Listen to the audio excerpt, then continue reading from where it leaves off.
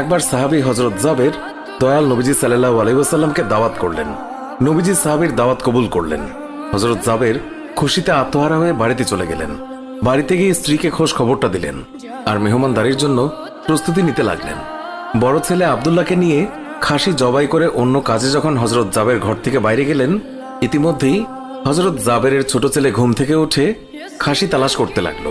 বড় ভাই তাকে জানায় খাসিটিকে জবাই করা হয়েছে। ছোট ভাই বায়না ধরল, খাসি কিভাবে জবাই করে আমাকে তা দেখাও। অগত্যা বড় ভাই ছুরি হাতে করে ঘরের পেছনে গিয়ে বলল, এখানে জবাই করা হয়েছে। ছোট ভাই জানতে চাইল কিভাবে।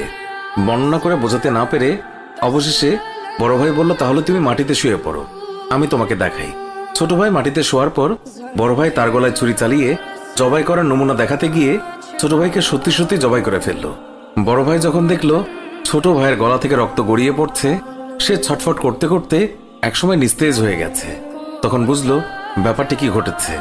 আতঙ্কিত হয়ে সে নিকটবর্তী খেজুর গাছের চূড়ায় উঠে আত্মগোপন করে রইল। এদিকে হযরত জাবের পুত্রদের খোঁজে বাড়ির পেছনে এসে ছোট ছেলের অবস্থা দেখে থমকে গেলেন। অতঃপর তাকে বুকে করে স্ত্রীর কাছে গিয়ে বললেন, তাড়াতাড়ি একটি কম্বল নিয়ে এসো, বাচ্চাটিকে শুইয়ে দিই। স্ত্রী রক্তমাখা সন্তানের লাশ দেখে চিৎকার করে কাঁদতে লাগলেন। কিন্তু স্বামী হযরত জাবের তাকে সান্ত্বনা দিয়ে বললেন, আজ আমাদের শোক প্রকাশ করার দিন নয়, আজ দুঃখ দেখলে নবীজিও দুঃখিত হবেন। অতএব ধৈর্য ধারণ করো, কষ্ট করে হলেও মুখে হাসি ফুটিয়ে তোলো।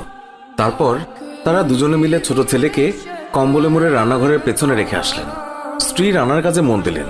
হযরত জাবের বের হলেন বড় পুত্র আব্দুল্লাহর খোঁজে। বাড়ির পেছনে গিয়ে ছেলের নাম ধরে জোরে ডাক দিলেন।